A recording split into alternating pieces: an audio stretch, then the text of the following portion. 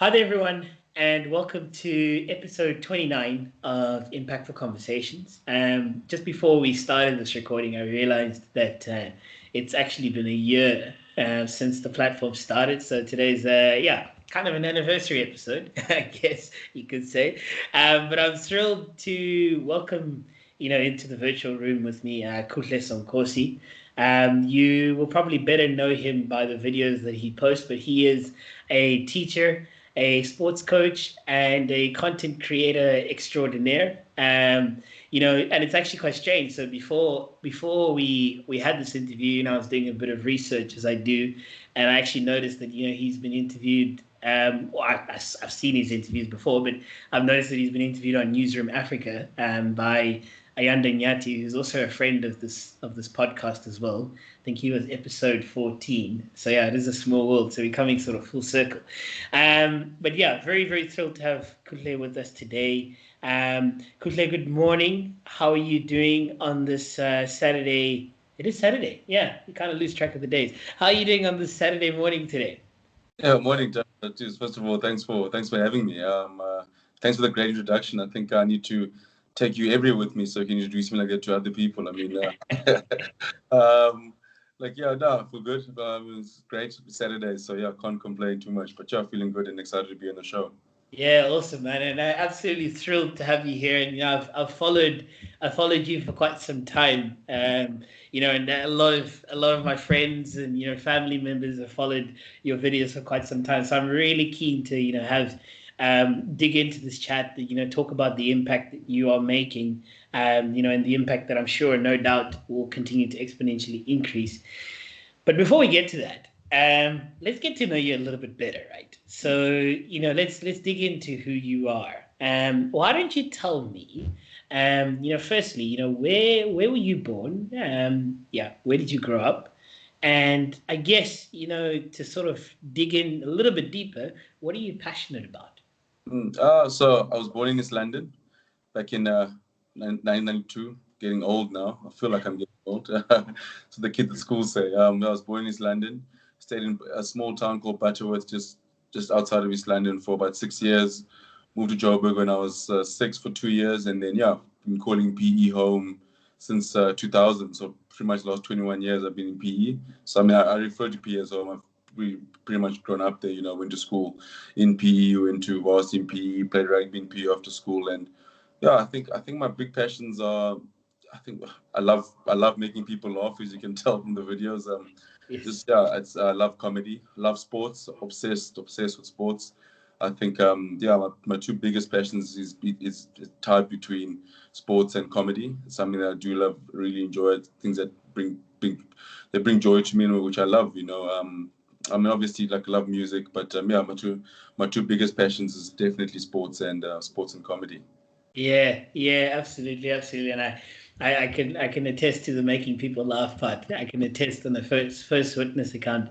Um, so digging more into your career to date, your journey to date, and if I can use that word, um, I understand that you're an avid rugby player, and you actually played for the Eastern Province Kings. So I want to dig in a little bit into that. Where did that rugby journey start, and the passion? Where did that passion for rugby begin? It started when I was a kid. My dad used to love rugby when he was a bit younger. He never played. He was someone that, when he was small, myself and my brother, he wanted to obviously show us all the sports and for us to know all the sports. So, there was always cricket on TV, rugby on TV, soccer on TV, and boxing. But then obviously when I moved to PE, I sort of fell in love with rugby. One of the coaches, my nine coach, wanted me to come to practice, and then from there, I think the spark just grew. It became a game I fell in love with, a game that obviously when I went to high school, I started playing it, and then got to a point where I realized that okay, cool, I'm pretty good. I was pretty good at it, and then I remember I finished varsity, not too sure what I was going. Finished high school, not too sure what I was going to do, and then obviously I got an opportunity to go and play for the EP Kings, and then it was oh man, it was an amazing opportunity, just to call yourself a professional rugby player and then live Yeah. what was a dream. So it was so great to live out a dream, and so great, you wake up and go and play rugby every day, and something that yeah, I treasure those 5 years. I thought it was an amazing experience, and I love what I do now. That I can continue coaching rugby. So, yeah, so I love the game so much. I love the fact that I'm still involved in the game. I feel like, yeah, it's awesome. Yeah, and I guess, to juxtapose that, or firstly, actually, what position did you play? I'm quite, curious. What position Mm. did you actually play? So I played lock and I played flank. Yeah. A very undersized lock compared to the other locks. I mean, they were like all 199, 2 meters, and I'm here in my 188. So I'm tall in normal circumstances, but then like in normal everyday life circumstances. But if we play lock, I was one of the shorter ones. Yeah, I'm quite short myself. I'm like a 169, so like I can't even chat about that kind of height. So, Yeah, I yeah, so feel I was a hooker. So that's I why feel, I belong there. So I feel a lot better now. But thank you, Chad. yeah. No, definitely. I look up to guys like you. To guys like you. So to juxtapose that, right? So obviously playing is one thing, right? But now coaching. What's coaching like? And how different is it to playing the game? I guess because I've always found this shift quite interesting because when you're a player, you have some level of control over what's happening on the field because you're on the field. But then the moment you step off the field, with the having been a player, it's always an interesting shift. To sort of now be off the field, giving the instructions, but ultimately you pretty much have not much control over what's happening on the field. So I'm quite interested to get to know, what's coaching like, in juxtaposition to playing the game. I think the big thing with playing is like when you're playing, if you know, I mean, like when you're playing, you kind of selfishly also like you worry about the team, but you also selfishly worry about yourself because Yes. you feel like in order for the team to do well, I've got to play well. So it's if I Yes. don't play well, the team, I must do my job so the team do well. So obviously you're not so worried about the structure and all of that. You're more worried about okay, am I going to be in the right spots? Am I going to listen to the instructions? Am I going to do this? I need to get myself ready. I need to go get my mindset ready enough so I can go and execute what I need to do. Whereas coaching is you got to worry about 23 players' mindset and 23 players is are they ready? And Yeah. I say to people like when you're coaching, you sort of got you got this like masterpiece painting in your head of how you want the game to go, and you plan it out in your head. And now you're just hoping that you've given the kids enough tools to go and actually go do that. Well, I say kids because I mean I coach kids, so like refer the kids to go out there and execute what you've asked them to do. And like you said, the scariest part is the fact that I mean, as I coach the first team, so I coach 18-year-olds, so I can be a little bit blunt with them. But I tell them like the scariest part is you. So like my future is in your hands basically because they could go on the field and be like, nah, I'm not doing this, coach Simmons. And there's nothing I can do about it. I just stand on the side. It's like there's absolutely nothing I can do about it. So like Yeah. that level of control that's not there. It's something that I had to learn to wrestle with at the start. It's something that you like. I was so used to being in control, and I love being in control. So now to let that go, and yeah, and let the kids express themselves without trying to almost manage them and like Yeah. make them do this. But it's been one of the greatest challenges I've had. I love it. I love. I still get nervous before every game. I don't care. It's a warm up game. I Yeah. still get nervous after every game because you just wonder like, man, I just really hope I've done enough. I stress a lot more when I coach than I do when I play. I think my Yeah. stress levels have definitely have gone a lot higher. But yeah, listen, coaching is, but the joy that comes from it is, I've got more joy from coaching than I have from playing. I love playing the game, but when you win a big game or you just see the growth, especially when you see how the players go from here to there, and Yeah. they played a role in that. Yeah, geez, that's one of the best feelings. It's extremely rewarding, right? And it's actually, coaching is just it's such an interesting, form of leadership that Mm. you have to learn in that sense because actually, like you said, you have to empower the players that you coach, Yeah. to do the job on the field, and you have to trust that what you've done, best places them to deal with the situation. So Mm. that's an incredibly insightful take, and thank you for that. So you started making content, as I understand it, back in 2018, 2019. Quite curious, what led you to start, making where did that come from, that idea? So before I came to Woodridge, what I do now. So at around 2015, so what I used to do is on Facebook, I remember I used to just enjoy making, when memes started becoming a thing. So Yeah. I love finding a meme and thinking of a caption and try and make it as funny as possible. And it started off, and it got the ball rolling. I think like what it is now, but like, so I always loved that style of comedy, and things like that. So then I stopped when came to Woodridge. I stopped that part of it, and I just focused on coaching and work, and I actually missed doing comedy, So, Yeah.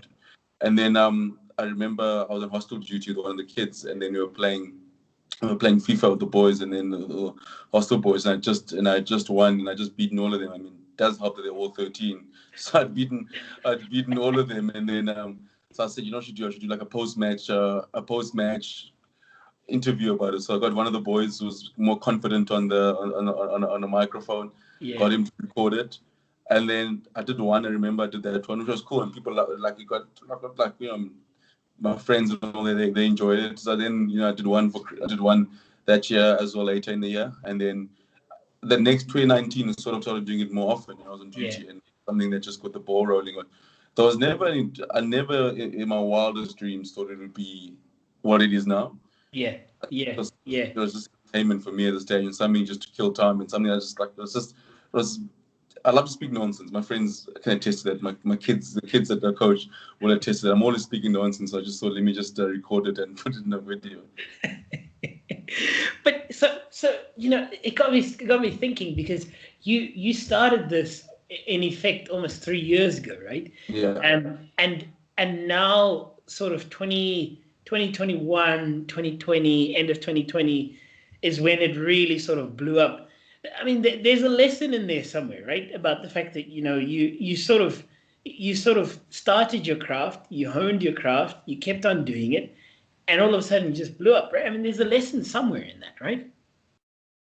It's a thing of that saying, what's it like, 10,000 hours you gotta put into like this, like you gotta put in the 10,000 hours, and it's like there's no such thing as a what's it called when someone just comes out of nowhere, Yeah, the there's like, overnight success almost. yeah, Yeah, like if let's say an artist releases a new song and you listen to it, like, man, where's this person been? We don't know the backstory. That person's been doing concerts since they were 9.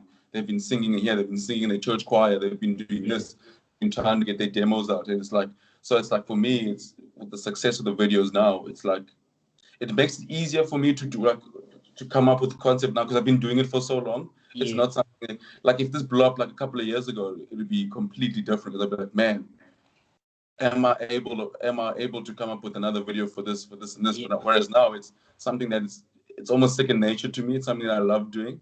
Obviously, a part of me now starts thinking as, okay, cool. Like, is there another angle to this? Like, is there, obviously trying to think of the next thing in the future? mm, But like, it's yeah, like I said, it's been 3 years, and a fun 3 years. For 3 years of, obviously, in those 3 years I've discovered what works, what doesn't work.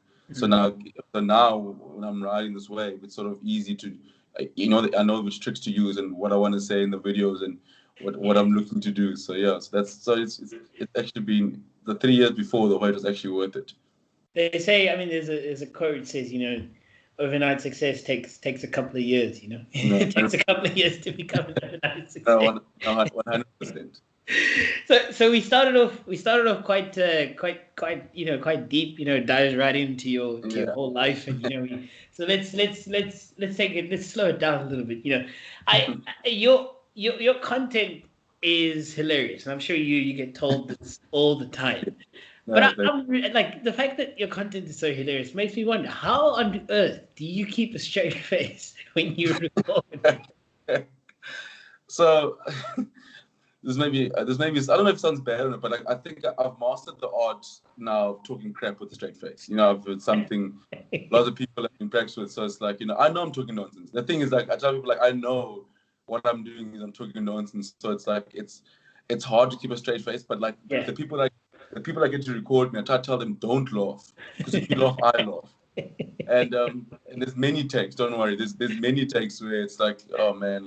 But I think the hardest part is keeping a straight face. It's being able to, but also, like, I've heard it a million times in my head, so I replay it Yeah, and replay it, so I know yeah, what it's like. So, but like I said, like, but my poor colleagues in the staff room, when I've walked up to them and just spoken the biggest sort of crap with a straight face, you know, and like, and they're like, oh man, really? I'm like, no, of course not. Like, tell people, you know, my poor colleagues have had to have me telling stories. I tricked the one colleague the one time, telling them I told them I was born in Portugal.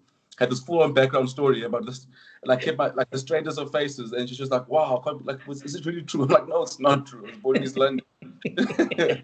so it's actually using that skill, you know, that skill of being able to talk nonsense straight face and putting it to good use for a change. Yeah. I mean, that's incredible, right? I've always wondered because I'm like, how on earth does he keep a straight face while he talks like this? It doesn't make sense. But yeah, I think it's super incredible. It really is quite incredible. And you know, I'm quite curious. You know, so what's a typical day in your life as a teacher and a coach? You know, just take me through. You know, what is a typical day? And I guess if I contextualize the question, you know, currently in the pandemic as well, you know, I'm quite curious. So at the moment, obviously, it's school. So obviously, it's obviously going from got school in the morning, get that done. Normally I teach until about 11. That's my classes done, and then so between 11 and 1 is my video time. You know, it's the time that I normally, if I have to do a video that day, okay, I'll I'll talk about a day when I've got a video to do. So if I know I'm doing a video that day, I'll obviously between 11 and 1 go through my mails and go through any work I need to do. And then I've got a kid at school. He knows. I send him a message. I say 2 o'clock. Listen, I need you in my room. I've got some content I need to shoot. And then obviously he comes. He's my cameraman, so he loves it. So he comes, and then obviously I work on a video between 2 and 3, and then from 3 o'clock to 6 o'clock I'm on the sports field. I'm busy coaching. And then, I try to not work at night. I try to give myself some time off where I can, just chill. And I mean, it's tough at the moment, just obviously balancing school and balancing the videos thing. So I try and, you know, in the day do half, you know, so obviously get my teaching done first. And then obviously when I get a chance, you know, I'm working on videos. But there's been many times when I'll be teaching, for example, and boom, an idea comes in my head. And I'm like, oh, I've got a very cool video idea. So normally what happens is when I get a free lesson, you'll see me pacing in the classroom by myself, and people will know, oh, okay, cool. I'm thinking, my brain is over, and I'm trying to think of questions and how I'm going to say this. And I've had some of the kids know, because like the class will be empty, and I'll just be pacing around the desk. I don't necessarily realize I'm pacing, but that's how my brain works. I'm busy like, okay, what I'm going to say here. I'm like, okay, cool. This is a video idea I'm going to work with. Okay, cool. And then it's normally like sometimes it's it happens sometimes in school. Sometimes it happens when I'm at the shops. I'm like, oh geez, I've got an idea. And I'm like, okay, cool. I need to go home while the idea is still fresh in my head. But that's like a normal day for me. Yes, that's pretty much a normal day in my life these days. And you know, I must say that I have immense respect, you know, for, and this goes without saying, but I have immense respect for the quality of your work. And you know, the quality of the work that you put out, I think, is honestly of the highest order. And you know, it's, sometimes you know, we sort of don't think about it like that, right? The fact that it's also just the quality of like the production of the work that you put out is honestly, you know, of the highest order. And so I think it's one thing that we probably shouldn't, you know, take lightly, in the sense that it is not easy to do. And you know, it's not easy to just, you know, firstly to think about the idea, and secondly to produce it, you know, with the straight face, as we said. It's difficult to do that, but you know, thirdly to produce it, you know, at quality, I think is something which, you know, just has to be said, is that, you know, it's content of the highest order, and that's something which, you know, I have immense respect for. And I know, you know, hundreds of thousands of people, you know, have that, you know, same quality of respect for that work. So let's talk about the impact that you make, you know, through that work, you know, segueing, I guess, you know, back into the deep stuff. So, you know, what's your take of the impact that you make, or if I sort of rephrase that, the impact that you seek to make when you create the content that you do, Yeah, what's your sort of take on that, on the impact that you seek to make when you make the content? For me, it's first and foremost, it's was just to create, a bit of comic relief in his dark times. Mm. We were in the middle of a pandemic. We were all sitting at home, and well, we were all, most of us sitting at home, and it was like bleak times. So for me, it was even before COVID. For me, it was always trying to make someone laugh. If Yeah, one person likes videos, I'm happy. If I could make someone else's day, then the videos have done its job. Even if it's one person. So that's why for me it's kept it. That's what keeps me a little bit. That keeps me grounded. mm-hmm. If I get, so it's like it's something that I do enjoy and something that I'll always try and do. Like, listen, if I can make one person laugh in these videos, man, I've done a good job. Yeah, It's try and not make it seem like it's a job. It's yeah, because it's fun. It's something that's fun, and the impact that I try and make is I want people to. I always want people. I believe in trying to be as relatable as people as you can be. That's what I believe in. The books I read, the things I do, the music I listen to is things I can relate to, that I can absolutely. attest to. So it means more to me. So my videos has been, not everyone loves sports, Yeah, but everyone has to wash the dishes.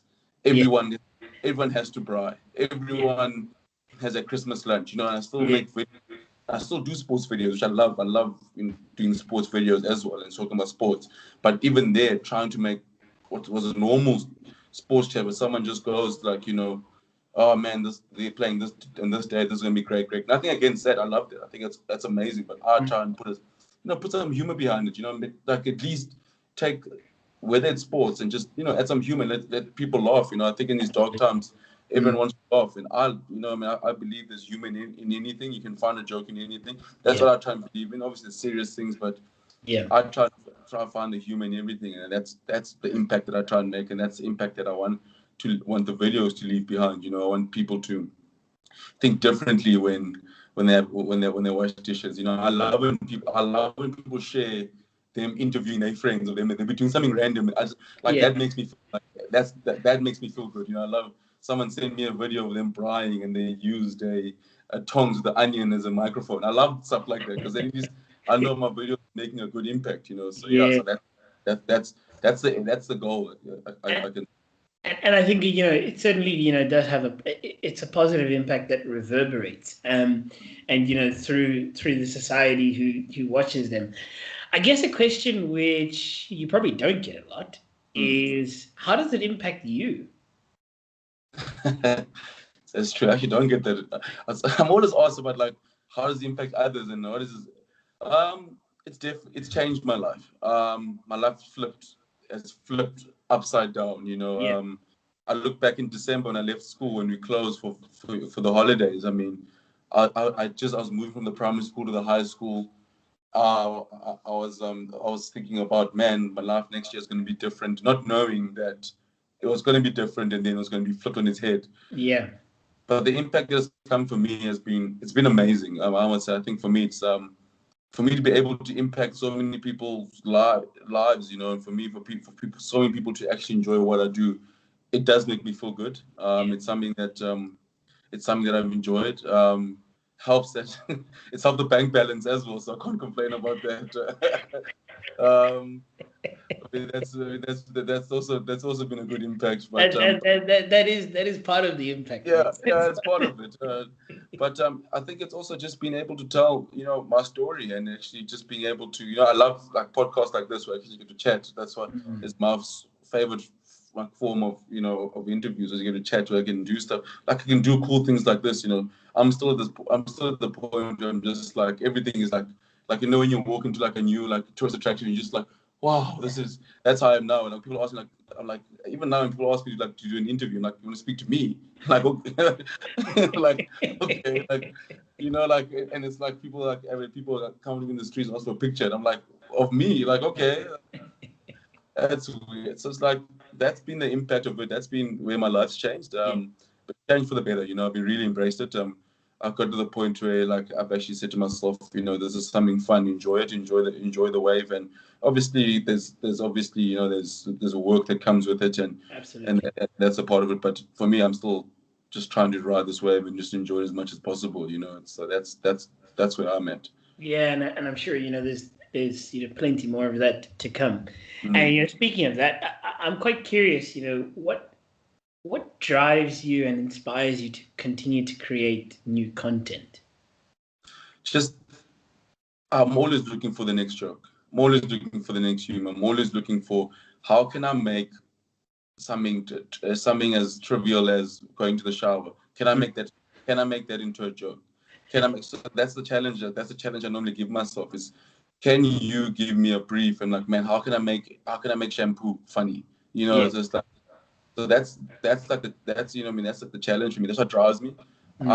I love the fact that and like obviously I just love the fact that like and see how much I can grow this. It's been and so it's like where do I want to see this goes, like where do I want to see this going in a couple of years. So that also drives me, and it's just like I said, I think for me it's always searching for the next joke, searching for the next video. Yeah. And not where it's like where I have to do it. It's like okay, can I make this, am I able to make this thing funny, am I be able to, like, how can I top this without losing my originality? How Yeah.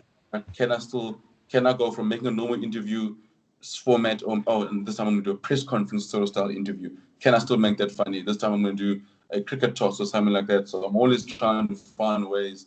That's what drives me. I still think there's a lot more trivial things that I still need to do one on going to the shower. Still need to do one on the first date. So there's still lots of there's still lots of things to do. And also I think I love also what drives me. I do enjoy when sometimes I go on Twitter and I hear hey man, when's the next video? So it makes me feel like as if people are still wanting for it and people are still loving what I put out. So that drives me. I don't want to let people down. I Yeah. want to keep trying to produce good content. Yeah, yeah, and I think that's definitely for sure. That people are obviously also anticipating. The few, the next few videos. Pretty much, we're always anticipating to see what you're going to create next. Mm. So leading on to that, and as a final question for you is, what is next for you? And quite curious to sort of get a sense of what is next for you. So obviously you're already in a rocket ship on your way. It's just a question of are you going to the moon? Are you going to Jupiter? Are you going to Mars? Where are you going? But where do you want this sort of rocket to go to? At the moment, I think at the moment it's been obviously been working with a couple of brands and getting a few videos out, and that's something that I'm enjoying at the moment and really, really, really, really loving. So that's the focus for the next bit. Still look, obviously, there's certain things I would love to do again. I'd love to do stand up. It's something Yeah. I love. I love comedy, so it's something I've always wanted to do. I mean, I think it's I'd love to be on stage, with a mic in my hand and just sharing the nonsense that's in my head, and then and I just obviously, and for me, it's I still obviously, like, a part of me still loves the coaching. So whatever happens, whether if I had to leave the school and teaching full time and focusing on the videos, I'll still find myself in a situation where I can still coach rugby. That's Yeah. something that I love doing. Yeah, I think obviously, and then obviously, what's next now? It's making the hard decisions. Obviously, I love staying P or Kobeka. Still love staying there. So it's I mean, I think I'm at the point now where it's almost okay. I think it's time for me to, like you said, it's a rocket ship now, but it's time for me to put almost focus on the videos, and the thing is going well. I think Yeah. it is tough to do. You're almost trying to balance the best of both worlds. And yeah, I think it's like I think like I said, it's past the honeymoon phase of, oh man, this thing, because at a stage I promise you I thought this thing would be like a month. I was like, after a month, no one would care what my It would videos, die but down. Yeah. yeah, that's like 4 months later. I'm still doing, like, I'm being asked to do podcasts. And 4 months later, I'm still being asked to go on TV. And 4 months later, brands still want to work with me. Some brands want me to like like model something. And I'm just like, I don't think you need me to. I'm more of a talker than the model thing. So it's like, yeah. So I'm still learning. I'm still learning the tools, the tricks of the trade. I'm still trying to figure things out. Spoiling myself a little bit as well, like I said, just myself as well in a bit. And yeah, but yeah, for what's next, I think, yeah, it's pumping out more videos, and then obviously listen, have to make the call and either to Joburg or Cape Town. I think Yeah. that's the next big step. Yeah. No, we all look forward to watching you, take that step as you make us laugh, through the nonsense that you say you speak. We all look forward to that. So, Kuhle, I want to thank you so much for coming onto the show. It was absolutely thrilling, to Mm. have you on here. I think, as I said earlier to you, I think the impact that you make through the work that you do, both in the quality and the delivery of it, should not be underestimated. And I think, I can speak for all who've, interacted with your content Mm. and say that, we're actually very grateful for it. And, Yeah. we just get to consume it and we get to see it and, we get to share it and, watch it a Mm. couple of times and, laugh throughout. So I want to thank you so much for also just sharing the knowledge that you shared with us during this podcast episode. And I hope, to have you back on the show sometime in the future. Once you are on Jupiter or on Mars, wherever you are. So I look forward to that day, but I hope that you've also enjoyed the experience as well. Yeah, thank you so much for having me. This was an unreal experience. Always enjoy chatting and nice to share my story. And yeah, it was a privilege to be here. Thank you for having me. It's an absolute pleasure. And to you, the listener, we want to thank you so much for interacting with this podcast. You can check out Impactful Conversations on the website, which is impactfulconversations.co.za. And do subscribe to either our YouTube channel or the podcast. You can listen to the podcast on wherever you typically do listen to podcasts. You'll find us there. So please do subscribe to keep up with the up-to-date and latest content. But from Kuhle, Sonkosi, and myself, we want to say thank you very much and goodbye.